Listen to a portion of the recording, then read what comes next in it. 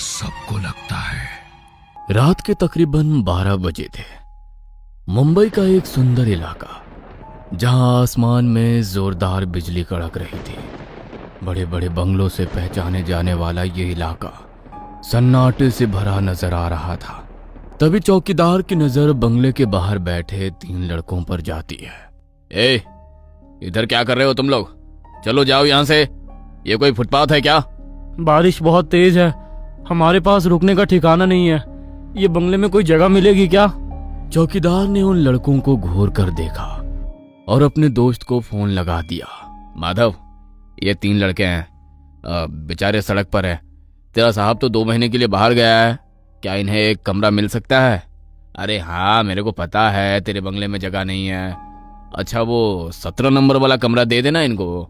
भले लोग हैं, 1-2 दिन में निकल जाएंगे। ओह अच्छा ठीक है, भेज दे।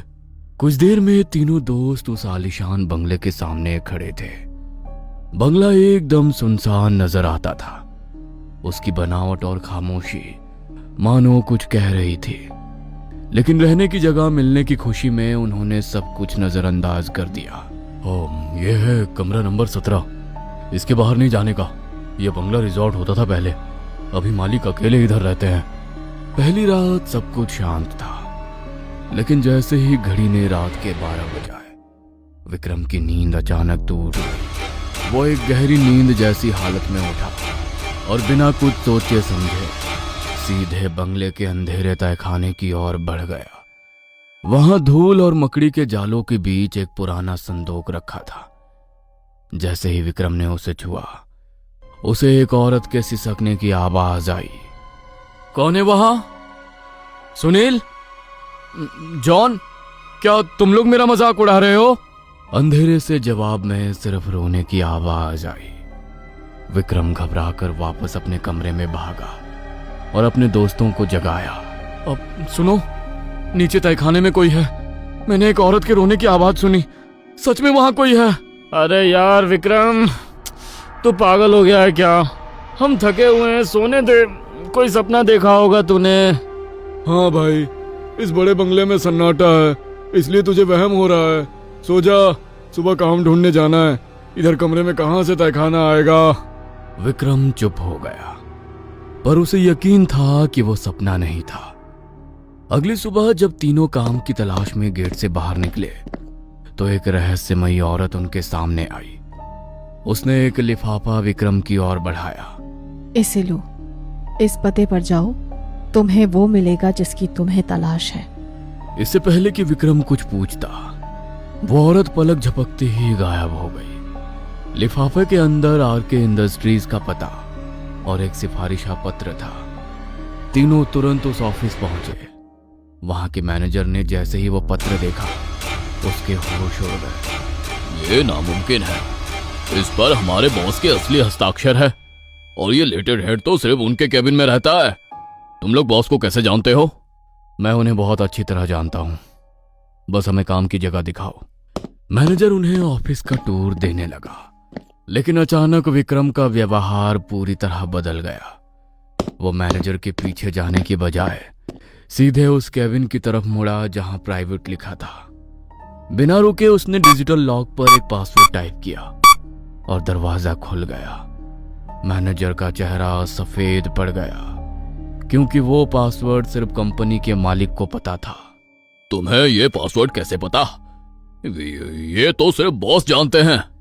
सब बाहर जाओ, मुझे कुछ काम खत्म करना है। विक्रम ने दरवाजा अंदर से बंद कर लिया। सुनील और जॉन बाहर खड़े होकर हैरान थे कि उनके सीधे साधे दोस्त को ये सब कैसे पता। मुझे लगा था शायद हमें यहाँ नौकरी मिलेगी, इसलिए मैं यहाँ चला आया, लेकिन ये विक्रम को क्या हो गया यार? कुछ घंटों बाद मैनेजर को विदेश से बॉस का फोन आया। बॉस की आवाज में दहशत थी। मैनेजर, मेरे कंप्यूटर सिस्टम से कोई छेड़छाड़ कर रहा है, कोई मेरी निजी फाइलें एक्सेस कर रहा है। जल्दी उसे रोको, वरना मैं बर्बाद हो जाऊंगा। मैनेजर सुरक्षा कर्मियों के साथ केबिन का दरवाजा तोड़कर अंदर घुसा। अंदर का नजारा डरावना था। विक्रम कुर्सी पर बेसूद पड़ा था और कंप्यूटर स्क्रीन पर एक वीडियो चल रहा था। एक ऐसी सच्चाई जो सालों से दफन थी। जब विक्रम को होश आया तो उसे कुछ भी याद नहीं था। तुमने ये क्या किया? अरे तुमने बॉस की फाइलें लीक कर दी। तुम्हारी हिम्मत कैसे हुई? मैं यहाँ कैसे आया?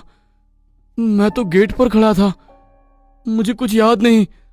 आरके इंडस्ट्रीज के उस बंद केबिन के भीतर की हवा अब जम चुकी थी।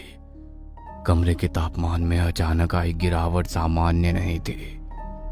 मैनेजर और सुरक्षा कर्मी जब दरवाजा तोड़कर अंदर घुसे तो उनकी चीखें गले में ही फंस गई। केबिन के भीतर का नजारा किसी डरावनी फिल्म से भी बदतर था। विक्रम कुर्सी पर बैठा नहीं था, बल्कि उसका शरीर एक अजीब कोण पर मुड़ा हुआ था और वो हवा में झूल रहा था। उसके हाथ की उंगलियां कीबोर्ड पर बिजली की रफ्तार से चल रही थी, जबकि उसकी आंखें पूरी तरह से पीछे की ओर मुड़कर सफेद हो चुकी थीं। स्क्रीन पर हजारों फाइलें एक साथ खुल और बंद हो रही थी। आरके मल्होत्रा के सालों के काले कारनामे, मानव तस्करी से लेकर हत्याओं तक के सबूत पूरी दुनिया के सर्वर पर अपलोड हो रहे थे। मैनेजर ने जैसे ही विक्रम को छूने की कोशिश की, एक जोरदार बिजली का झटका लगा और पूरा केबिन धुएं से भर गया। अरे इसे पकड़ो, ये सब बर्बाद कर रहा है। ये पासवर्ड, ये तो साहब की मौत का वारंट है। हम सबकी नौकरी जाएगी। ये सब बॉस की प्राइवेट फाइल्स है। मिट्टी कभी झूठ नहीं बोलती मैनेजर, कब तक झूठ का पर्दा लगाओगे? अचानक एक तेज धमाका हुआ और सारे कंप्यूटर ब्लास्ट हो गए। विक्रम फर्श पर गिर पड़ा। वो बेहोश नहीं था, बल्कि उसके चेहरे पर एक ऐसी हंसी थी जो किसी मानसिक रोगी की होती है। सुनील और जॉन उसे उठाकर बाहर ले आए, लेकिन बाहर निकलते ही उन्हें एहसास हुआ कि उनका दोस्त अब वो नहीं रहा जो गांव से साथ आया था। बंबई की सड़कों पर चलते हुए विक्रम पागलों की तरह हर ऊंची इमारत को देखकर हाथ जोड़ने लगता और फिर अचानक रोने लगता। सभी दोस्त उसे लेकर वापस कमरा नंबर 17 आने के लिए निकल पड़े थे, लेकिन जैसे जैसे वे करीब आते जा रहे थे, विक्रम की हालत और बिगड़ने लगी। वो बार बार अपनी जेब से काल्पनिक कागज निकालता और उसे पढ़ने का नाटक करता। वो सीढ़ी पर खड़ी है, उसने लाल साड़ी पहनी है। जॉन, क्या तुमने देखा? उसके पैर उल्टे हैं। विक्रम चुप हो जा, तू हमें डरा रहा है। हम बस अपना सामान उठाएंगे और इस शहर से भाग जाएंगे। हमें नहीं चाहिए ऐसी नौकरी। भाई, ये बंगला, ये कमरा, कुछ तो गड़बड़ है। और वो माधव, वो भी तो गायब है ना। तीनों दोस्त कमरा नंबर 17 पहुंचकर जैसे ही अपना सामान उठाते हैं, दरवाजा धम की आवाज के साथ बंद हो जाता है। लाख जतन करने के बाद भी दरवाजा खुलने का नाम नहीं ले रहा था। उनके मोबाइल का नेटवर्क गायब था और एक अजीब सी गंध कमरे में फैली हुई थी। इंतजार करते हुए तीनों की आंख लग जाती है। अचानक रात के 12 बजे जॉन और सुनील की नींद खुलती है। कमरे का माहौल पूरी तरह बदल गया था। बंगले के गेट के पास लगे पेड़ बिना हवा के ही जोर जोर से हिल रहे थे। सुनील, मुझे लगता है हमें दरवाजा तोड़कर यहाँ से निकलना होगा। लेकिन विक्रम कहाँ है? कमरे का दरवाजा अंदर से बंद है, फिर ये विक्रम कहाँ गया? अचानक जॉन को कुछ आवाज सुनाई दी। उसने जमीन में कान लगाकर सुना तो महसूस हुआ आवाज नीचे से आ रहे हैं। ये तो कोई तहखाने का रास्ता है। इसका मतलब विक्रम ठीक बोल रहा था। कांपते हाथों से जॉन ने दरवाजा खोला। अंदर उन्हें एक परछाई नजर आई। कौन है वहां? मैं पूछता हूं, कौन है? जॉन और सुनील नीचे जाते हैं तो वहां का नजारा देखकर दंग रह जाते हैं। यह तहखाना नहीं, जैसे किसी का प्राइवेट रूम था, महंगे सामानों से सजा, लेकिन वहीं पर फर्श पर सूखा हुआ खून दिखाई दे रहा था। ये जगह कुछ ठीक नहीं लगती, चल यहां से। दोनों बाहर आते हैं तो देखते हैं कमरे का दरवाजा खुला है और विक्रम की बाहर से चिल्लाने की आवाजें आ रही हैं। वे टॉर्च लेकर बाहर गार्डन की ओर भागे। वहां का नजारा देखकर उनके खून जम गए। विक्रम गार्डन के एक कोने में घुटनों के बल बैठा था और अपने नाखूनों से जमीन खोद रहा था। उसके नाखूनों के बीच से मांस फट चुका था और खून मिट्टी में मिल रहा था, लेकिन उसे दर्द का कोई एहसास नहीं था। विक्रम रुक जा, क्या कर रहा है? तुझे लग जाएगी। उसे भी लगी थी जॉन, वो अंदर है, लेकिन अब वो बाहर आएगी। वो कह रही है उसे ठंड लग रही है। अचानक मिट्टी के नीचे से एक सड़ा हुआ हाथ बाहर निकला और उसने विक्रम का हाथ पकड़ लिया। सुनील और जॉन ये देखकर पीछे हटे, लेकिन तभी बंगले का केयरटेकर माधव अंधेरे से बाहर आया। उसकी आंखों में कोई डर नहीं था, सिर्फ एक खालीपन था। तुम लोग अब नहीं जा सकते, उसने अपना नया ठिकाना ढूंढ लिया है। 3 साल से मैं इंतजार कर रहा था कि कोई आए और इस बोझ को मुझसे ले ले। थक गया था हर रात ये नर्क झेलते हुए। इसी कमरे में रहती थी वो। साहब ने उसे मारकर यहां गाड़ दिया था।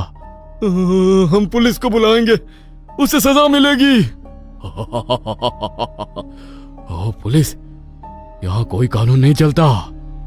इस बाउंड्री के अंदर सिर्फ मौत का कानून चलता है। तभी विक्रम खड़ा हुआ। उसकी लंबाई सामान्य से ज्यादा लग रही थी और उसकी छाया दीवार पर एक लंबी लड़की की तरह दिख रही थी। उसने एक छलांग लगाई और सीधे जॉन की गर्दन पकड़ ली। जॉन का शरीर हवा में झूलने लगा। सुनील ने बीच बचाव की कोशिश की और विक्रम ने उसे एक लात मारी, जिससे वो सीधे दीवार से जा टकराया और बेहोश हो गया। मैं अपना हिसाब कर चुकी हूं। मर चुका है वो मल्होत्रा, लेकिन मेरी प्यास अभी नहीं बुझी।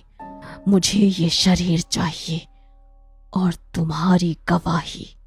विक्रम ने जॉन को छोड़ दिया। जॉन जमीन पर गिरकर खांसने लगा। उसने देखा कि विक्रम के पीछे एक धुंधली आकृति खड़ी थी, जो धीरे धीरे उसके शरीर के अंदर समा रही थी। विक्रम का चेहरा पूरी तरह से विकृत हो चुका था। वो कभी हंसता, कभी रोता और कभी कुत्ते की तरह भौंकने लगता। अचानक विक्रम ने पास पड़ा एक नुकीला पत्थर उठाया और अपने ही चेहरे पर वार करने लगा। निकल, निकल बाहर, मुझे छोड़ दे, मुझे जाने दे। अब तू ही आयशा है और मैं ही विक्रम हूं। तू कहां जा रहा है माधव? पहली गलती तूने तब करी जब मेरा कत्ल होते देख भी पुलिस को नहीं बुलाया, और दूसरी गलती इन लड़कों के लिए कमरा नंबर 17 खोल दिया। मुझे आजाद किया है तूने। अभी तक तो मैं सिर्फ तुझे डराती थी, अब तुझे मिलेगी मौत। विक्रम ने जाकर माधव की गर्दन पकड़ी और उसे ऐसे मरोड़ दिया जैसे कोई मिट्टी का खिलौना हो। विक्रम ने पत्थर से अपने सिर पर इतना जोर से वार किया कि उसकी खोपड़ी फट गई। वो तड़पते हुए उसी गड्ढे में गिर पड़ा जिसे उसने खुद खोदा था। उसकी आखिरी सांसें मिट्टी में मिल गईं। सुनील को जब होश आया तो उसने देखा कि जॉन एक कोने में बैठा दीवार से बातें कर रहा था। अगली सुबह पुलिस और एम्बुलेंस बंगले पर पहुंचे। उन्होंने देखा कि विक्रम की लाश उस गड्ढे में पड़ी थी, लेकिन चकित करने वाली बात यह थी कि उस गड्ढे में आयशा की कोई पुरानी लाश या हड्डियां नहीं थी। वहां सिर्फ विक्रम की लाश थी। पुलिस के मुताबिक विक्रम ने खुद ही गड्ढा खोदा और मानसिक संतुलन बिगड़ने के कारण खुदकुशी कर ली। जॉन को एक काल कोठरी में रखा गया है। वो पूरी तरह पागल हो चुका है। डॉक्टर उसके पास आते हैं पर वो किसी को पहचानता नहीं। वो दिन भर फर्श पर अपने नाखूनों से 17 कुरेदता रहता है। जॉन, आज खाना खा लो। देखो तुम्हारे दोस्त सुनील का पत्र आया है। सुनील? कौन सुनील?